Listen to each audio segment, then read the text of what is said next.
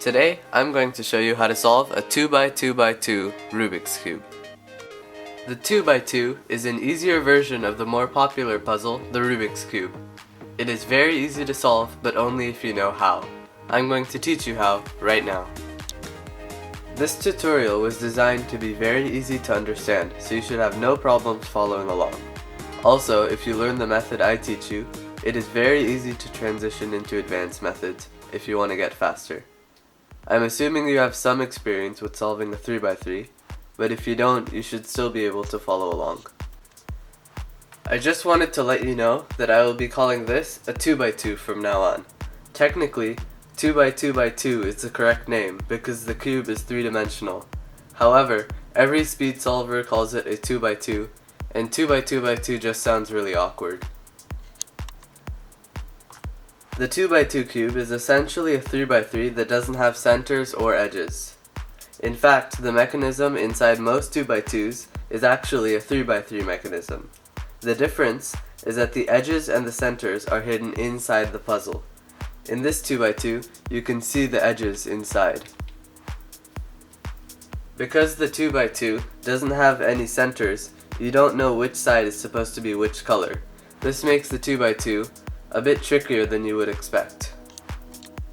If you can solve a 3x3, you are probably familiar with the term algorithm, but I'm just going to cover it briefly. An algorithm is a sequence of moves that has a desired effect on the cube. The important thing to remember about algorithms is that you don't need to understand how they work. All you need to know is what they do. We will use two algorithms to solve a 2x2. Again, if you know how to solve a 3x3, you should be familiar with Rubik's Cube notation, but I will still talk about it. Each side of the cube is assigned a letter. This is F, or the front face. This is U, or up. This is D, for down. This is R, and this is L. This is B, for back. A letter by itself means to turn that face 90 degrees clockwise. U would be this. A letter with an apostrophe after it means to turn that face 90 degrees counterclockwise. F prime would be this. A letter with a 2 after it means a 180 degree turn on that face. D2 would be this. Now that we're familiar with Rubik's Cube notation, we're almost ready to start. Here's a quick breakdown on how we will be solving the cube. First, we make a face on one of the sides. Then, we turn that face into a layer. After that, we get the top face solved. And the last step is to turn the top face into a layer. After that, we'll have a solved cube. The first step is getting one solved face. This is a step that is easy to figure out by yourself. If you just play around with your cube for a bit, you'll get the hang of it. I'm just going to include how to solve one weird case that you might struggle with. In this case, you have 3 out of the 4 face pieces already solved, and the last one is not. To solve this, put the almost completed face on the bottom with the empty slot on the bottom right. Then, turn the top layer until the piece you need to complete it is right above it, like this. Then do the trigger R, U, R prime, U prime until it gets solved.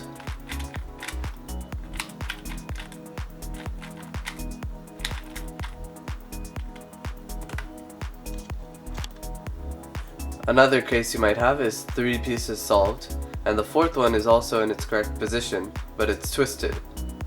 To twist it correctly, hold it in the bottom right and do the same trigger until it's solved.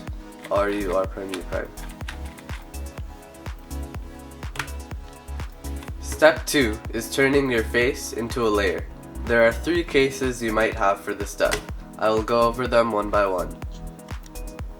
This is the first case. You have a face, and none of these side stickers are matching. This means 2 of your corners need to be diagonally swapped. To do this, hold the face at the bottom and do R2, F2, R2. That will give you a layer. This is the second case you might have. Your face has one bar when you look at the side stickers. To solve this, we'll use our first algorithm. Hold the bar at the back and the face on the top. This algorithm will switch these two pieces.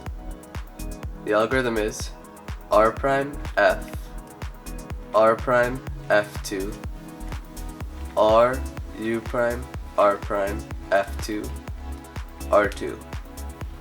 And now you have a layer. This is the last case you might have. The face you made is already a layer. You can proceed to the next step. The third step is solving the opposite face of your layer. The algorithm for this step is R U, R prime U, R U2, R prime. When you're doing this step, you do need to be familiar with the colors your cube has, because the opposite face you're making has to be the opposite color of the layer you made. For example, if you made a white layer, you need to make a yellow face. If you made an orange layer, you need to make a red face, and if you made a green layer, you need to make a blue face. Here are the cases you might have for this step. The first thing you're looking for is the number of stickers you have that are already solved on your opposite face. Because I did white, I'm looking for yellow stickers, and there are 2. If there are 2, turn the top layer until there's a yellow sticker right here. So this doesn't work, this doesn't work, this doesn't work, and this works. Once you have that, do the algorithm. Now I have 1. This is another case you might have. If you have 1, then hold that 1 sticker in the top left like this, and then do the algorithm.